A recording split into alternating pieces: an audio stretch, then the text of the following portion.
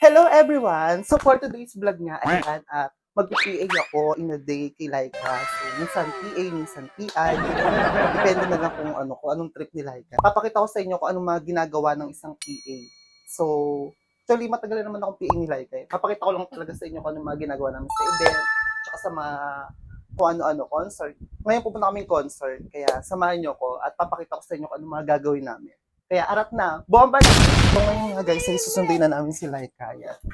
Si Ma'am Laika.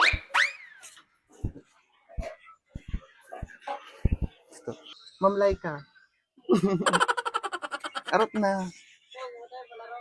So, ayan na. Alis na kami. So, mamaya na lang ulit.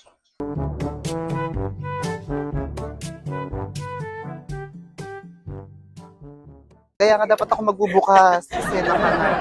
Ayan. So, ingat kayo ha. Bye! Bilang PA. Charot. Ma, di ba? Kamusta? Walang kwentang vlog. Kamusta? Sobrang ganda ni Laika. Kahit na...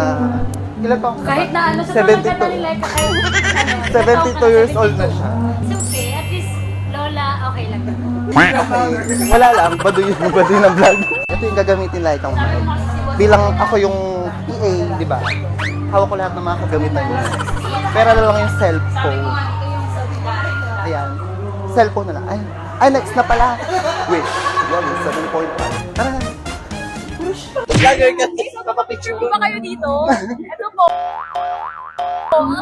Pag to sa sinapatos ko tamo. Ayan, kamusta na ba yung alaga natin? Ayos ba yung alaga natin? Ayan na, bilang PA, dapat nasa likod lagi yung daming tao, di ba? Bongga. Bongga ng tao. Ayun na, excited. Hey, ano yung hawak mo ngayon sa PA? Binigyan ng pan.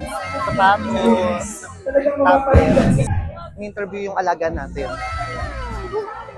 Di ba? Bilang PA. Daming crowd, sobrang daming tao. Bawal dumain. Simple.